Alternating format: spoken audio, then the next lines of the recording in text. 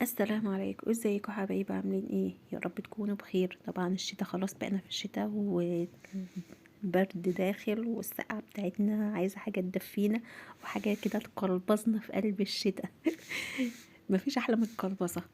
تمام، هنعمل هنا مع بعض القرصة الصفراء او القرصة المحوجة، على حسب ما كل بلد بتقولها، بطريقة سهلة جدا وغير مكلفة. يلا كده ندخل على المقادير ونقول بسم الله.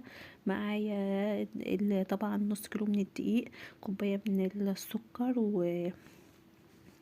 ومعايا التحويجة الصفراء بتاعة القرصة وجوز وسمسم وحبة سودا والعسل والسمنة والزيت. اول حاجة هناخد المقادير كلها هنحطها فوق الدقيق، المقادير كلها الجافة.